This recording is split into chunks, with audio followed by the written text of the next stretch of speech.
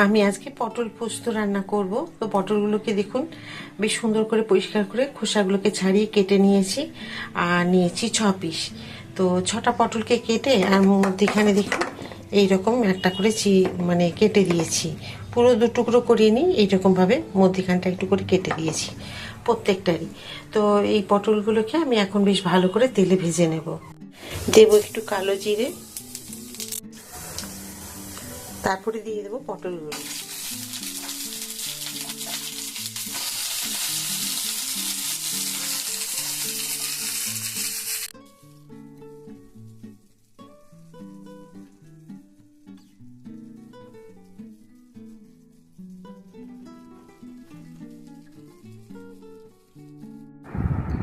পটলগুলো দেখুন আমি মিডিয়াম ফ্লেমে ভেজে নিচ্ছি, তবে তেলের পরিমাণ আমি কম দিয়েছি।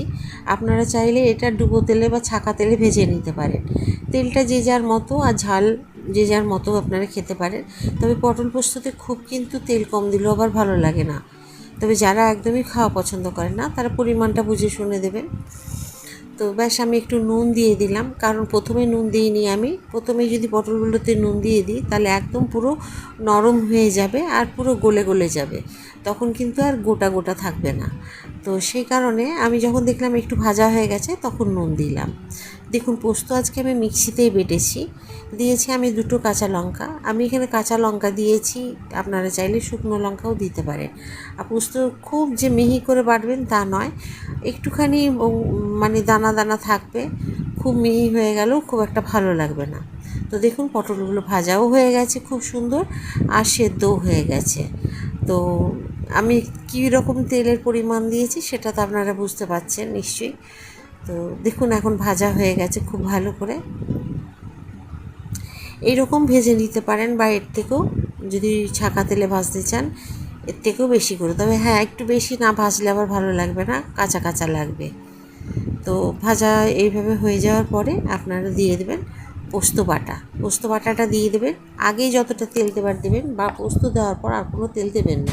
এবার দিয়ে দেবেন এরকম বড় চামচের 1 চামচ চিনি। এবার এগুলোকে খুব ভালো করে মিশিয়ে নেব।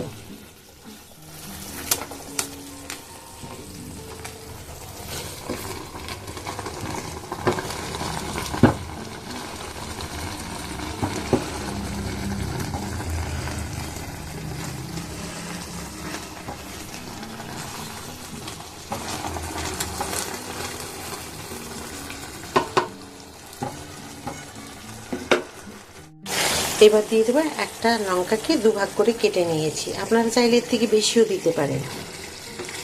একটু ফুটে গেলে তারপর আমি এটাকে নামিয়ে নেব। এতে কিন্তু আমি কাঁচা সর্ষের তেল দেব না। পোস্ততে খুব একটা আমি সর্ষের তেল কাঁচা দিই না, কারণ পোস্তর যে সুন্দর গন্ধটা তেল দিলে কিন্তু ওই গন্ধটা থাকে না। তো সেই কারণে আমি যা দেবার প্রথমে বেশি দিয়েই একটু করে নিই। দেখুন পটল পোস্ত রেডি। এখন এটা আমি নামিয়ে নেব।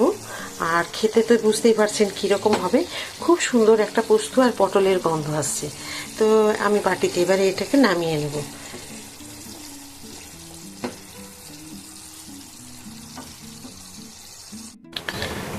দেখুন পটল পোস্ত রেডি করে নিয়েছি। কেমন হয়েছে অবশ্যই কিন্তু কমেন্ট করে জানাবেন, আর ভিডিওটা শেয়ার করে দেবেন প্রচুরভাবে।